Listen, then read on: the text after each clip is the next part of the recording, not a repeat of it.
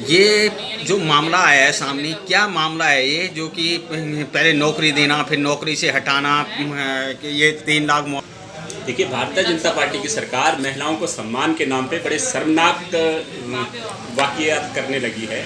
पिछले दिनों का मामला आपने देखा होगा कि हंसी को नौकरी देने की बात की थी। जैसे ये मामला सुर्खियों में आया तो उन्होंने अपनी नेतागिरी चमकाने के लिए बोल दिया कि सरकारी नौकरी दी जाएगी और इनको आवास दिया जाएगा। लेकिन हकीकत ये है कि आज भी हंसी देवी जी जो है फुटपाथ पे ही है हरिद्वार में।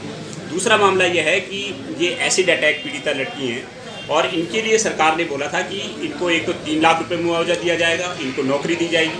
लेकिन हकीकत में हुआ ये कि इनको सिर्फ फरवरी 2020 में इसी साल ही इनको नौकरी दी गई, लेकिन सिर्फ 2 महीने की तनख्वाह दी गई। उसके बाद से 7 महीने से इनको एक तो कोई वेतन नहीं दिया गया और उल्टा इनको नौकरी से भी निकाल दिया गया।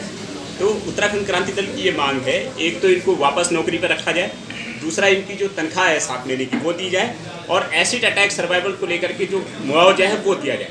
तीसरा जो है, सुप्रीम कोर्ट की गाइडलाइंस के अनुसार केंद्र सरकार ने और यहाँ की त्रिवेंद्र सरकार ने भी एक एक्ट बनाया है। उस एक्ट के अनुसार यह है कि जो भी इस तरीके के यौन उत्पीड़न से संबंधित मामले हैं उनको सरकार उचित आर्थिक सहायता देगी।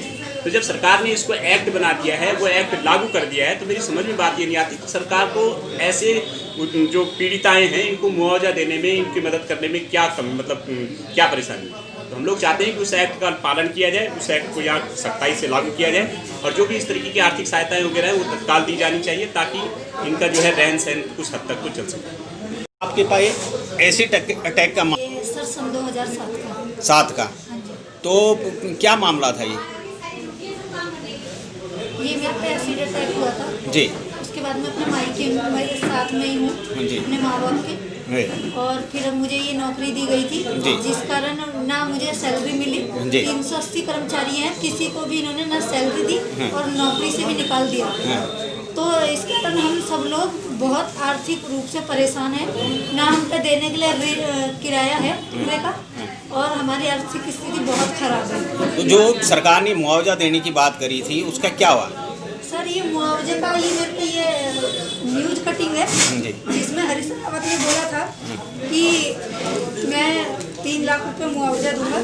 सर, ये मेरे पे है, ये पेपर न्यूज में उन्होंने छपवाया था यहाँ पर, लेकिन अभी तक कोई इस पे हमने आज तक नहीं सुना कि मुझे तो आज तक कोई मदद नहीं मिल पाई।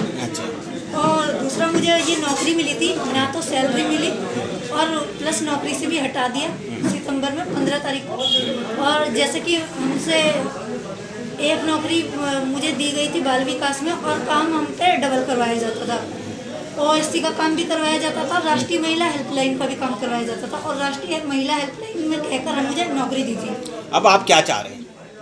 मैं चाह रही हूँ कि मुझे तुरंत वापस नौकरी पर रखा जाए और हमारी तुरंत 380 कर्मचारियों की तुरंत सैलरी मिले। जो लोग किराए पर रह रहे हैं वो अपना ऋण नहीं दे पा रहे हैं और उन्हें बहुत दिक्कतें हो रही हैं। जैसे कि अब आगे त्यौहार आ रहे हैं, हर इंसान के पास तो कुछ नहीं है ना कि वो त्यौहार मना। अच्छा, जो आपको ये ऐसे मुझे कोई मदद नहीं मिली है। वो कह रहे हैं कि तुम केस कर चुके हो, बस मुझे ऐसे कह के मैं अपने घर आ गई हूँ। और मैं जैसे कि केस के लिए 1-2 बार जैसे गई भी थी तो मुझे डरा दिया था कि अगर तुम यहाँ केस पे आओगे तो तुम्हें गोली मार देंगे, तो मैंने केस छोड़ दिया था।